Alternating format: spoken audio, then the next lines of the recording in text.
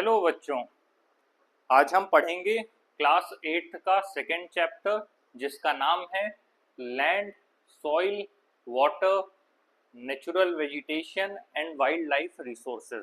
मतलब हम इन पांचों के बारे में डिटेल में पढ़ने वाले हैं। ठीक है। पहला चैप्टर हमने रिसोर्स पढ़ लिया था, उसमें हमने देखा था कि रिन्यूएबल और नॉन रिन्यूएबल रिसोर्स क्या है, कब यूटिलिटी और वैल्यू होने के बाद कोई प्रोडक्ट रिसोर्स में बदल जाता है। तो ये हमारा पहला चैप्टर था जिसका क्वेश्चन आंसर भी हमने कंप्लीट किया है। अगर कोई फिर भी डाउट होता है तो आप पूछ सकते हैं।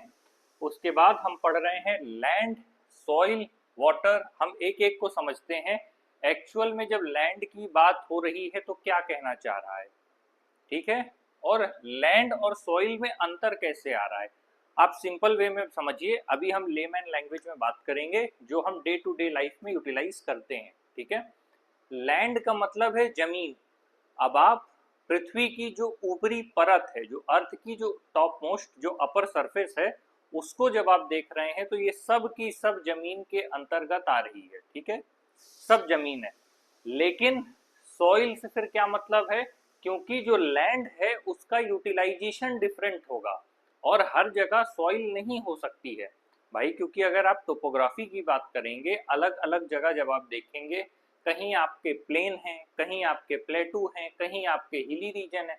तो जब हिली एरिया है तो वहां पर सॉइल नहीं होगी। तो इसलिए जब लैंड की बात होगी तो जमीन मतलब सारा हिस्सा जो पृथ्वी का है वो जमीन के अंतर्गत आएगा। ठीक है, वो लैंड के अंतर्गत आएगा। लेकिन जब हम बात करते हैं सॉइल की, तो सॉइल आपका स्पेसिफिक एरिया में होगा। फिर वो एक अलग बात है कि सॉइल फर्टाइल है या नहीं है। ठीक है, तो जमीन के हिस्से में आएगा सॉइल। आपका जमीन अगर हम कह रहे हैं तो पूरा हिस्सा जमीन का है, उसमें से कुछ हिस्सों में सॉइल पाया जाता है। ये डिफरेंस आपका आएगा। वाटर, अगेन वाटर साइकिल की बात करें तो वो पानी चाहे ग्लेशियर से पिघलकर नदियों के रूप में हो, नदियों के बाद वो आगे आपका झील हो या ताल हो या फिर किसी भी अदर वेज में हो या ग्राउंड वाटर में हो, और वो सारा पानी धीरे धीरे कहाँ जाता है, वो धीरे धीरे समुद्र की ओर बढ़ता है और वापस से इवेपोरेट होकर के वो वापस से मैदानी भाग में आता है। तो ये जो सर्कुलेशन ऑफ वाटर है ये हम यहाँ पर कुछ हद तक देखेंगे। या फिर हम वाटर को ऐसे भी कह सकते हैं कि कुछ हिस्सा महाद्वीप है और कुछ हिस्सा महासागर है। तो जो हिस्सा आपका पानी के क्षेत्र में है वो हम देखेंगे। नेचुरल वेजिटेशन, यहाँ पर नेचुरल की बात कर रहा है, मैन मेड की बात नहीं कर रहा। स्वाभाविक सी बात है, अगर आप किसी जमीन को कुछ समय के लिए छोड़ देंगे तो वहां पर कुछ समय बाद पेड़ पौधे वनस्पति अपने आप आ जाते हैं। अगर ह्यूमन ना हो, ठीक है, अगर ह्यूमन ना हो तो भी अर्थ को इस तरह से मैन्युफैक्चर किया गया है, मतलब जो भी क्रिएटर है, अर्थ इस तरह से बना है कि वो अपने आप को होम्योस्टैटिस में बनाकर रखता है। इसका मतलब जितना डिस्ट्रक्शन होता है उतना कंस्ट्रक्शन वो खुद कर लेता है। और साथ ही एक अपना ऐसा इकोसिस्टम काम कर रहा है जिसमें सारी चीजें संतुलन में हैं। अगर किसी एक स्पेसिफिक प्लेस से, अगर एक बहुत बड़ा कई किलोमीटर का एरिया है वहां से इंसानों को हटा दिया जाए तो भी वो जो प्लेस है वो ऑटोमेटिकली काम करेगा। कैसे, वहां पर कुछ समय बाद अपने आप थोड़े बहुत जो भी है पत्ते निकलेंगे, या फिर आप कह सकते हैं कि छोटे छोटे पौधे निकलना शुरू होंगे या घास निकल सकती है।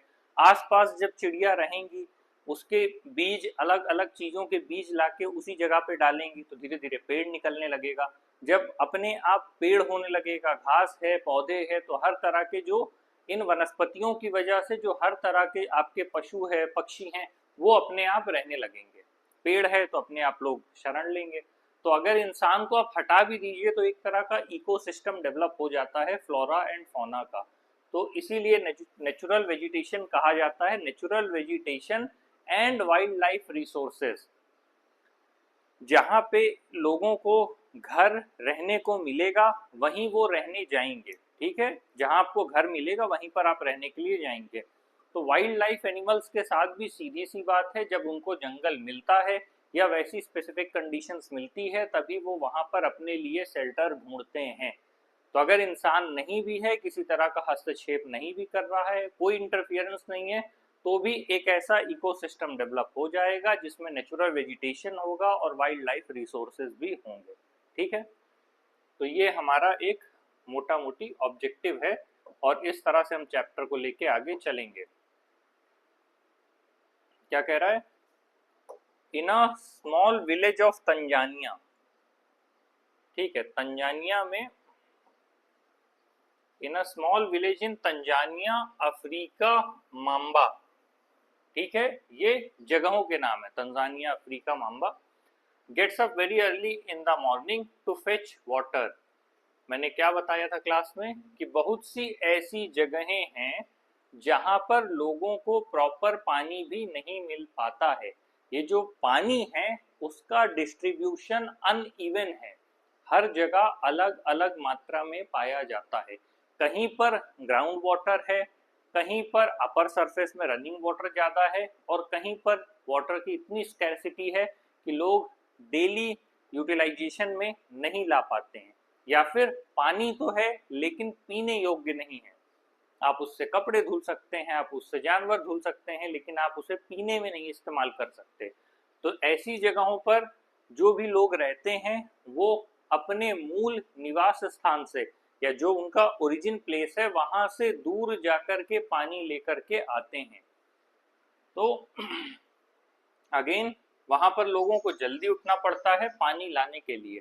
तो अगर आपको सिर्फ नल चलाते ही पानी उपलब्ध हो जा रहा है तो इसका मतलब आपका बहुत सा समय बच गया सिर्फ उस पानी को लेने जाने के लिए। नहीं तो आप घर से निकलते कुछ ना कुछ सामान लेके जाते, क्योंकि पानी किसी बर्तन में ही भर के लाएंगे अल्टीमेटली, वो चाहे बाल्टी हो या टब हो या कुछ भी हो। ऐसे ही कोई यूटेंसिल यूटिलाइज करेंगे जिसको आप इजीली कैरी करके लेकर के आ सकें। और जब पानी लेने आप दूसरी जगह जाएंगे तो ऑब्वियस सी बात है कि आपके पास एक लिमिटेशन आ जाएगा। आप ऐसा तो है नहीं कि सारा का सारा पानी लेकर के एक बार में आ जाएंगे, एक लिमिट में ही ला पाएंगे। तो जो आपका टाइम और एफर्ट सेव होता है वो है नल की वजह से, और आपके पास अवेलेबिलिटी है क्लीन वाटर की। लेकिन इस गांव में लोगों को सुबह उठना पड़ता है पानी लाने के लिए। She has to walk a long way and returns after a few years, sorry few hours, not years, few hours। उसे इस जो एरिया है अपने ओरिजिन प्लेस से जहां पानी मिलेगा वहां तक के लिए थोड़ा ट्रेवल करना पड़ता है, और साथ ही कई घंटों की ये मेहनत होती है, उसके बाद ये वापस आ पाती है। She then helps her mother in the house and joins her brothers in taking care of their goats। उस गांव के हिसाब से वो अपने जब सुबह पानी ले आती है तो पानी लेकर के आने के बाद अपनी मम्मी का हाथ, अपनी मम्मी के जो काम है उनमें हाथ बटाती है, उनकी हेल्प करती है। उस मम्मी की हेल्प करने के बाद फिर वो भाइयों के साथ जाती है और बकरियों के देखभाल का काम करती है। तो इससे क्या पता चल रहा है कि उस एरिया में पानी की तो स्कैर्सिटी है लेकिन एनिमल्स एक सोर्स ऑफ इनकम है। ठीक है, all her family owns is a piece of rocky land around their small hut। उनकी फैमिली के पास क्या है ले दे करके? एक पथरीली जमीन है जो कि उनके जो घर है, उनकी जो कुटिया है उसके आसपास चारों तरफ फैली हुई है। माम्बास फादर कैन, जो माम्बा के पिता हैं वो मुश्किल से थोड़ा सा मेज उगा पाते हैं, साथ ही बीन्स उगा पाते हैं, जो कि उनकी फैमिली को के पेट को भरने के लिए साल भर के लिए काफी नहीं है।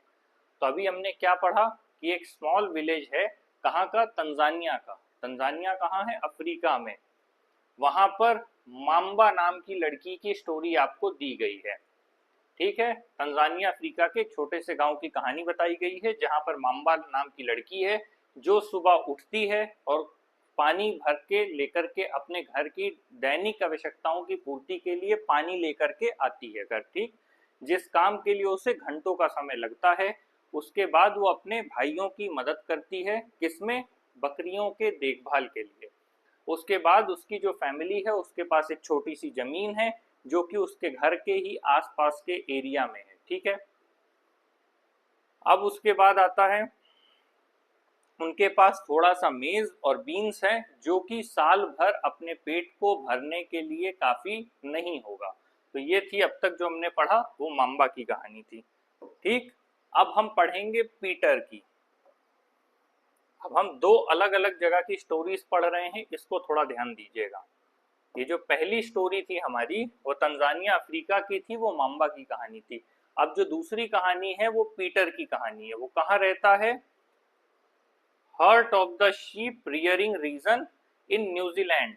ठीक है, ये न्यूजीलैंड में रहता है जहां पर उसकी फैमिली वूल प्रोसेसिंग की फैक्ट्री को चलाती है। ठीक है, ये पीटर है, कहाँ रहता है? न्यूजीलैंड में रहता है जहां इसकी फैमिली अपना वूल प्रोसेसिंग की फैक्ट्री चलाती है। जब भी वो स्कूल से आता है तो वो ध्यान देता है कि जो उसके अंकल है वो भेड़ों का देखभाल कैसे कर रहे हैं, या भेड़ों को कैसे उनकी जो टेक केयर है, या जो उनको उनका ध्यान देना है वो किस तरह से उनका ध्यान दे रहे हैं, ये इस बात को बड़ी ही केयरफुली ऑब्जर्व करता है। साथ ही उनका जो यार्ड है, जो शीप यार्ड है, वो सिचुएटेड है वाइड ग्रासी प्लेन में with hills in the far distance. मतलब जहां से जो एरिया उनके आसपास का है वो वाइड है, काफी चौड़ा है, वो ग्रासी प्लेन है, मतलब वहां पर ढेर सारी घास है, प्लेन इलाका है, और उससे थोड़ी ही दूर पर वहां पर कोई ना कोई पहाड़ है या पर्वत है। It is managed in a scientific way using the latest technology. Peter's family also grows vegetable through organic farming. Organic farming क्या होता है? ऑर्गेनिक फार्मिंग का मतलब है किसी तरह के भी पेस्टिसाइड या फर्टिलाइजर को यूटिलाइज नहीं किया जाता है, या केमिकल्स के यूटिलाइजेशन को हटा दिया जाता है और नेचुरल एस्पेक्ट में ग्रो करने की कोशिश किया जाता है, जिसे हम ऑर्गेनिक फार्मिंग कहते हैं। तो पहली कहानी हमारी किसकी थी? पहली कहानी हमारी माम्बा नाम की लड़की की थी जो तंजानिया अफ्रीका की थी। दूसरी कहानी पीटर नाम के लड़के की है जो कि न्यूजीलैंड में है। तो इन दो कहानियों से हमें क्या समझ में आ रहा है? ये दो कहानियां देने का सिर्फ ये मतलब है कि ये जो दोनों लोग हैं वो दुनिया के दो अलग कोनों में हैं। ठीक है, दुनिया के दो अलग हिस्सों में होने के बाद उनका जीवन कितना अलग है ये बताने का प्रयास किया जा रहा है। Mamba and Peter stay in two different parts of the world and lead very different lives. This difference is because of the differences in the quality of land, soil, water, natural vegetation, animals, and the uses of technology. The availability of such resources is the main reason places differ from each other. तो ये जो factors बताए हैं, इन factors की वजह से, मतलब mamba और पीटर दोनों विश्व के अलग अलग हिस्सों में रह रहे हैं, उसके बावजूद जो उनमें जो डिफरेंसेस आ रहे हैं वो डिफरेंसेस इसके कारण आ रहे हैं, ये रीजंस हैं। उसमें रीजन है क्वालिटी ऑफ लैंड। तो ऑब्वियस सी बात है, अगर लैंड की क्वालिटी अच्छी होगी, लैंड फर्टाइल होगी, और लैंड इस टोपोग्राफिकल रीजन में होगी कि जहां इजीली पॉपुलेशन सेटल हो सके, तो वहां पर लोग रहेंगे, ऑब्वियसली सिविलाइजेशन डेवलप होंगे और उससे लोगों को ज़्यादा से ज़्यादा बेनिफिट होगा। और अगर लैंड ऐसा है या एरिया ऐसा है जहां पर लोग नहीं रह सकते, तो ऑब्वियस सी बात है वहां पर पॉपुलेशन कम सेटल होगी, वहां पर डेवलपमेंट इजी नहीं होगा। और यही डिफरेंस क्रिएट करता है दो जगहों में। अगेन सॉइल की बात है कि अगर फर्टाइल सॉइल है तो लोग वहां रहना ज़्यादा पसंद करेंगे, और अगर फर्टाइल सॉइल नहीं है तो लोग वहां रहना नहीं पसंद करेंगे। इसके बाद कह रहा है वाटर। ऑब्वियस सी बात है कि हर इंसान के लिए पीने का पानी जरूरी है। भाई आप स्कूल जाते हैं तो स्कूल जाते समय वाटर बोतल लेकर जाते हैं ना? क्या बिना वाटर बोतल के आप जा सकते हैं? नहीं, ये पॉसिबल ही नहीं है। क्यों? क्योंकि आप डेली बिना पानी पिए नहीं रह सकते। तो आप किसी भी ऐसे प्लेस में नहीं रहेंगे जहां पर डेली यूटिलाइजेशन के लिए और पीने के लिए अच्छा पानी ना हो, क्योंकि अगर आप खराब पानी पिएंगे तो ऐसी बहुत सी बीमारियां हैं जो आपको हो जाएंगी। तो ऑब्वियस सी बात है, उन बीमारियों से बचने के लिए आपको चाहिए कि आपको क्लीन वाटर की अवेलेबिलिटी हो।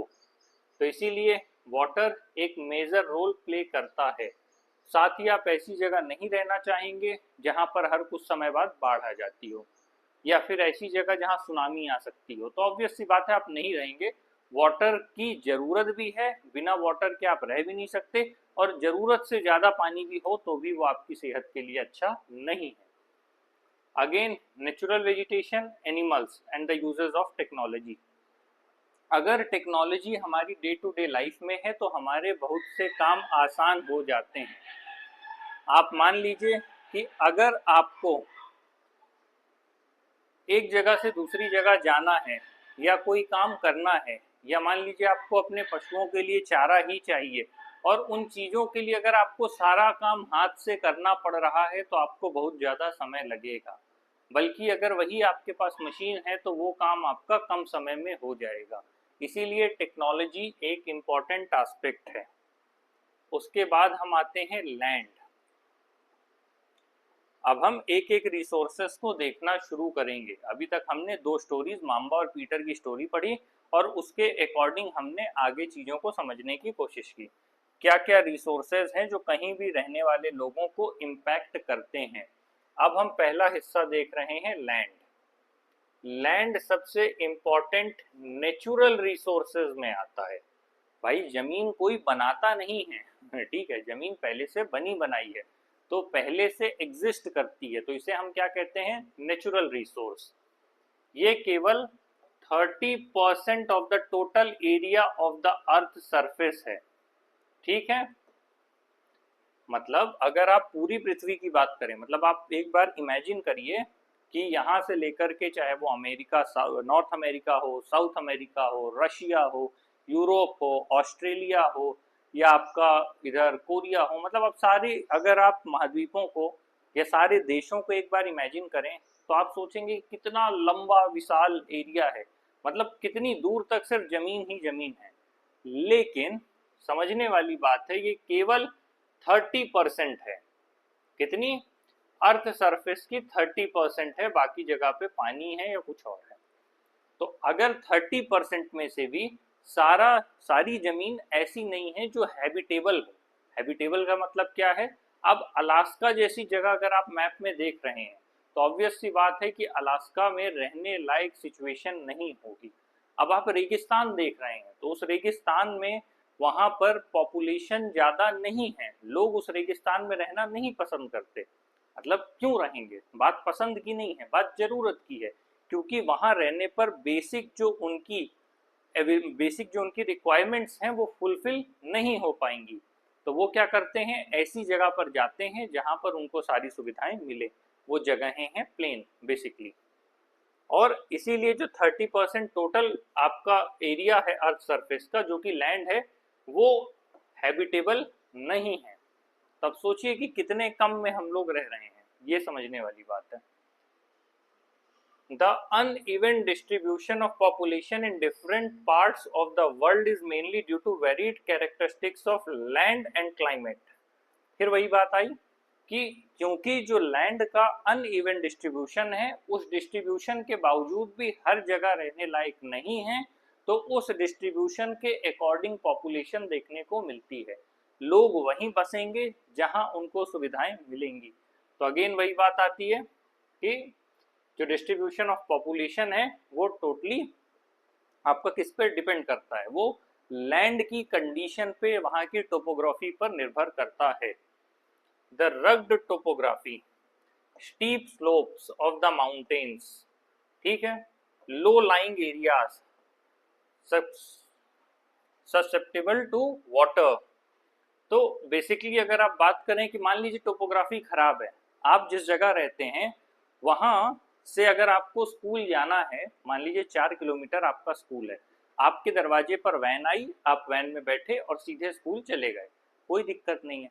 लेकिन क्या हो अगर टोपोग्राफी ऐसी हो कि आप घर से निकले, 2 किलोमीटर गए, बीच में पहाड़ है, चट्टानी इलाका है, अब वहां गाड़ी जा नहीं सकती, तो आपको पैदल चढ़ना होगा, फिर आपको उस तरफ उतरना होगा, फिर बीच में हल्की छोटी सी नदी पड़ रही है, फिर उस पार आपको जाना होगा। तो क्या ऐसे में पॉसिबिलिटी है कि आप रोज स्कूल जाएंगे? वैसे भी आपका स्कूल जाने का मन तो करता नहीं है। तो क्या ऐसे में पॉसिबल है कि आप रोज स्कूल जाना पसंद करेंगे? नहीं, ऑब्वियस सी बात है, इसमें टाइम लगेगा, एफर्ट लगेगा, साथ ही रिस्क है, अपनी खुद की जान को भी खतरा है। तो ऐसे में क्या आप जाना पसंद करेंगे? तो ऑब्वियस सी बात है, नहीं। इसीलिए कोई ऐसी सिचुएशन में या ऐसी खराब टोपोग्राफी में नहीं रहता। हाँ, वो एक अलग बात है कि पिछली पीढ़ी में सब लोग बताते हैं कि जब हम स्कूल जाते थे तो नदी तैर कर जाते थे, वो एक अलग बात है, लेकिन वैसी कंडीशन में हम नहीं रह सकते। अगेन, स्टीप स्लोप्स, क्या आपका जो घर है वो ऐसे बना है ना, आपका प्लेन सरफेस पे आपका घर बना है, उसके ऊपर आपने अपना first floor, second floor, third floor जो भी बनवा रखा है, क्या आप अपने घर को ऐसे बनवा सकते हैं? मतलब जो तिरछे में है, मान लीजिए ये हिस्सा पहाड़ का ऐसे है और ये हिस्सा ऐसे है, तब जो हिस्सा ऐसे है, ठीक है, ये वाला हिस्सा, क्या आप अपना घर इस पे ऐसे बना सकते हैं? नहीं, पॉसिबिलिटी नहीं है। तो इसीलिए जहां पर भी जो खड़ी ढलान वाला इलाका है, जहां पर चढ़ाई सीधी है, वहां पर आप घर नहीं बना सकते। आप कैसे रहेंगे? क्या आप तिरछे होकर ऐसे रह सकते हैं? नहीं, पॉसिबिलिटी नहीं है। तो इसका मतलब यहाँ पे भी आप नहीं रह सकते जहाँ पे स्टीप स्लोप्स है, जहाँ माउंटेन है। Low lying areas, up and down area है, क्या आप वहां रह सकते हैं? नहीं, पॉसिबिलिटी ही नहीं है। ऐसा एरिया जहां पर डिजर्ट है, तो ऑब्वियस सी बात है कि वहां का टेम्परेचर कंट्रोल में नहीं होगा। डिजर्ट है तो बार बार जब हवा चलेगी तो वहां का जो कंडीशन है वो काफ़ी ड्राई एयर होगी, तो नॉर्मल ह्यूमन स्किन के लिए भी वो पॉसिबिलिटी नहीं है। डेजर्ट एरियाज में क्या आप रह सकते हैं? अगेन हम वही लैंड की बात कर रहे हैं, नहीं, क्योंकि आपको पानी ही नहीं मिलेगा, डे टू डे लाइफ काफ़ी चैलेंजिंग होगी, तो आप अल्टीमेटली डिजर्ट एरिया में भी नहीं रह सकते हैं। ठीक, forested areas are normally sparsely. Again, अगर जंगल है तो थोड़ा बहुत जंगल है तो आदमी उसके बीच रह लेगा, लेकिन एकदम घना जंगल है, क्या कोई वहां रह पाएगा? आपको यही नहीं पता कि कब आप अपने घर के बाहर कुर्सी लगाकर बैठे हुए थे और सामने से कोई भालू आया और आपको उठाकर लेकर चला गया, या शेर आ गया, या चीता आ गया, या तेंदुआ आ गया, हाथी आ गया, तो आप जंगल में क्यों रहेंगे? ऑब्वियस सी बात है कि नेचुरल वेजिटेशन के साथ वाइल्ड लाइफ अल्टीमेटली डेवलप होगी, और ऐसे में अगर आप वहां रहेंगे तो आपको खुद को रिस्क है, तो आप ऐसा डेंजर क्यों कवर करेंगे? तो अगेन वही बात आती है कि नॉर्मल फॉरेस्ट एरिया में आप रह सकते हैं, लेकिन ऐसी जगह आप रहना नहीं पसंद करेंगे कि वो इतना ज़्यादा डेंस हो कि आपकी अपनी लाइफ को डेंजर हो। ह्यूमन हमेशा सिक्योरिटी को प्राथमिकता में लेकर के चलते हैं, ठीक है, कि अगर हम समूह में रहेंगे, अगर हम ग्रुप में रहेंगे तो हमें रिस्क नहीं रहेगा। जैसे अगर क्लास बंक करना हो तो अकेले जाने की बजाय अपनी पूरी क्लास को ही लेकर के चले जाओ, तो टीचर क्या करेंगे? कुछ भी नहीं करेंगे, पर ऐसा मत करिएगा, पर हम करते थे। तो मास बंक में क्या है, आपको एक सेफ्टी मिल रही है, आपको एक सिक्योरिटी मिल रही है। तो ठीक उसी तरह वाली सिचुएशन है कि अगर आप समूह में रहेंगे, आप ग्रुप में रहेंगे, तो आप सेफ रहेंगे। इसीलिए लोग डेंस फॉरेस्ट के बीच में नहीं रहना चाहते, वो ग्रुप में रहना चाहते हैं जिसकी वजह से उन्हें किसी तरह की असुरक्षा ना हो। ठीक है। Plains and river valleys offer suitable land for agriculture. Hence, these are the densely populated areas of the world. Again वही बात आई कि प्लेन और जो रिवर एरियाज है, भाई जैसे ये यहाँ पर आपको रिवर दिख रही है, ठीक है, और इसके आसपास आप देखेंगे कि ये आपके घर बने हुए हैं, ऐसे घर बने हैं, नदी के किनारे किनारे हर जगह आपके घर बने हैं। इस एरिया में आपको खास तौर पे खेती होते दिखाई दे रही है, ये इधर आपका घर बना है, बीच में नदी है, दोनों तरफ घर बना है। घर क्यों बने हैं? क्योंकि आपको पीने का पानी डे टू डे लाइफ के लिए अवेलेबल हो रहा है। इसीलिए हमेशा से जब भी सिविलाइजेशन डेवलप हुई वो नदियों के किनारे ही डेवलप हुई, और इस नदी से ही उनको शुद्ध पानी पीने को मिलता है। साथ ही क्योंकि अगर आप खेती भी करेंगे तो आपको सिंचाई के लिए पानी चाहिए, आप एनिमल पालेंगे, पशु पालेंगे, तो उस पशुपालन में भी आपको एनिमल्स के डेली रूटीन के लिए पानी चाहिए, आपको नहाने के लिए, तैयार होने के लिए, आपको अपने घर में साफ सफाई करने के लिए, या फिर इवन कॉमर्शियल यूजेस के लिए तो आपको हर जगह पानी की ज़रूरत है, इसीलिए सबसे ज़्यादा पॉपुलेशन आपको कहाँ मिलेगी, या तो रिवर वैलीज के पास या प्लेन्स में, और प्लेन में ही रिवर वैलीज अमूमन आपको मिलेंगी, और इसी की वजह से इस एरिया में एग्रीकल्चर से रिलेटेड जो भी एक्टिविटीज़ हैं उन्हें परफॉर्म कर पाना आसान होता है। ये कहाँ की फोटो है, ये साल्सबर्ग इन ऑस्ट्रिया, ये ऑस्ट्रिया की पिक्चर है साल्सबर्ग की। इसमें यही है, दिखाया गया है कि किस तरह से लैंड का यूटिलाइजेशन हो रहा है। ठीक है, अगला टॉपिक है हमारा land use. Land is used for different purposes such as agriculture, forestry, mining. मैंने पहले भी बताया था कि लैंड आपके पास है, उसका अलग अलग यूटिलाइजेशन होता है। लैंड का मतलब एग्रीकल्चर से मत जोड़ लीजिएगा, जहाँ सॉइल है वहाँ एग्रीकल्चर होगा, जहाँ अवेलेबिलिटी ऑफ वाटर है वहाँ एग्रीकल्चर होगा। तो हर जगह सॉइल को लैंड मत समझ लीजिएगा। लैंड का मतलब है कि अलग अलग तरह की एक्टिविटीज लैंड में परफॉर्म की जाती हैं। तो लैंड का सिंपल सा मतलब है जो हमारे अर्थ का जो अपर सरफेस है उसको हम लैंड कहते हैं। और लैंड को डिफरेंट पर्पसेस के लिए यूज किया जाता है, जैसे एग्रीकल्चर। ठीक है, हम खेती के लिए तो इस्तेमाल करते ही हैं जमीन को, इसमें कोई दो राय नहीं है। उसके अलावा forestry, mining, building houses, roads and setting up of industries. कहने का मतलब कि अगर हमको माइनिंग करना है, माइनिंग का मतलब क्या है, मिनरल्स को जमीन से बाहर निकालना है। अगर कोयले को जमीन से बाहर निकालना है तो ऑब्वियस सी बात है कि जो भी काम होगा वो जमीन के ऊपर होगा। संभवतः कुछ चीज़ों को निकालने के लिए जमीन की निचली परतों में भी जाना होता है और वहाँ से चीज़ों को माइन करके या खोद करके निकाला जाता है। या फिर इसके अलावा इंडस्ट्रीज लगाना हो तो जमीन का इस्तेमाल उन इंडस्ट्रीज के लिए होता है। बिल्डिंग बनाना हो, रहने के लिए घर बनाना हो, रोड बनाना हो, हॉस्पिटल बनाना हो, स्कूल बनाना हो, भाई सब कुछ जमीन के ऊपर ही बना है ना, तो यही होगा यूज ऑफ लैंड। तो उसमें कोई बहुत साइंटिफिक कुछ नहीं है, कुछ इसमें डिटेल नहीं पढ़ना। लैंड के क्या क्या इस्तेमाल हो सकते हैं ये अपने दिमाग से आपको बस सोचना है और आंसर मिल जाएगा, और जो आंसर ना मिले वो यहाँ के आप पढ़ लीजिए।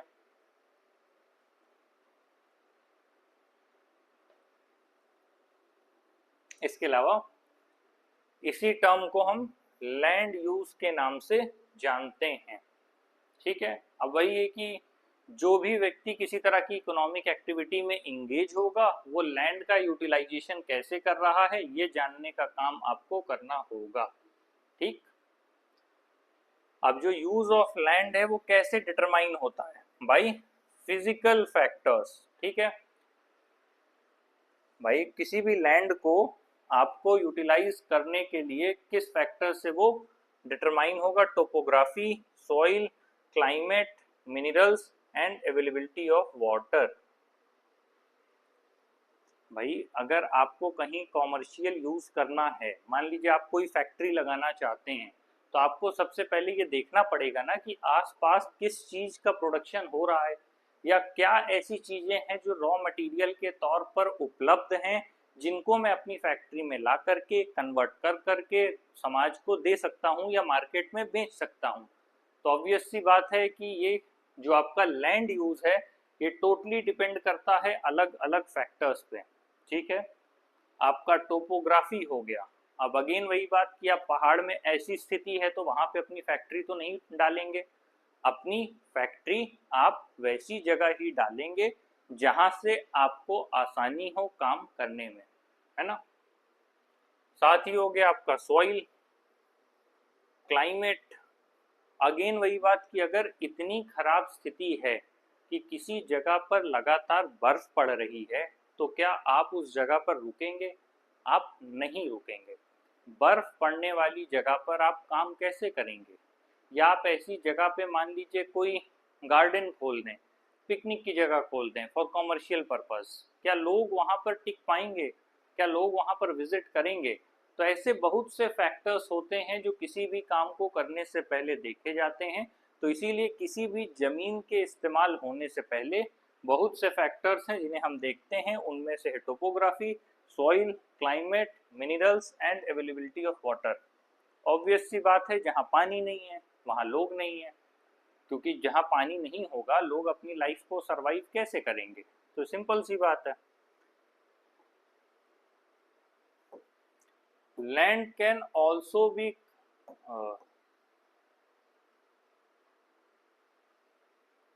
human factors such as population and technology are also determinants of land।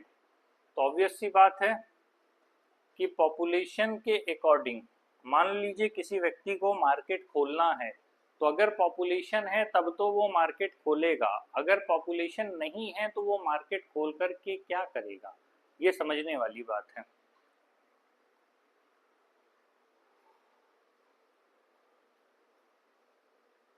Land को क्लासिफाई किया जा सकता है on the basis of ownership, ठीक है। उसमें आता है private land and community land. तो जो भाई जिसका स्वामित्व है, जो जिसके अधिकार क्षेत्र में जमीन है, उसके आधार पर भी बांटा जा सकता है। उसमें क्या आएगा? आपका प्राइवेट लैंड आएगा और कम्युनिटी लैंड आएगा। प्राइवेट लैंड में कौन आएगा? वो जो कि इंडिविजुअल के द्वारा ओन किया जाता है। मान लीजिए आपका घर है, अगर वो आपके पिताजी ने खरीदा है और वो उनके स्वामित्व में है, तो वो उसके इंडिविजुअल ओनर होंगे। तो जैसे आप घर में रह रहे हैं, वो आपके इंडिविजुअल का है। आप जैसे स्कूल में हैं, तो वो कम्युनिटी की प्रॉपर्टी हो सकती है या ट्रस्ट की हो सकती है, या अगर वो गवर्नमेंट स्कूल है तो वो गवर्नमेंट की प्रॉपर्टी होगी। तो बेसिकली ओनरशिप के हिसाब से हम प्राइवेट लैंड और कम्युनिटी लैंड में डिवाइड करते हैं। प्राइवेट लैंड का मतलब है जहां पर इंडिविजुअल ओनरशिप होगी, ठीक है। अब कम्युनिटी लैंड का मतलब सिंपल सा है कि जहां पर भी कम्युनिटी के द्वारा ओन किया जाएगा। वो कई तरह से हो सकता है। मान लीजिए अगर कोई व्यक्ति मंडी लगवा रहा है, कॉमन प्रॉपर्टी रिसोर्सेज भी कहते हैं जिन्हें कम्युनिटी के द्वारा यूटिलाइजेशन किया जाता है। मान लीजिए कोई व्यक्ति मंडी लगवा रहा है, तो वो कहाँ पर है? वो कम्युनिटी की जमीन है। कोई मेला लगवा रहा है, तो वो कहाँ पर है? कम्युनिटी की जमीन है। तो ये जो ओनरशिप के हिसाब से इंडिविजुअल और कम्युनिटी में डिवाइड किया जाता है। people and their demands are ever growing but the availability of land is limited।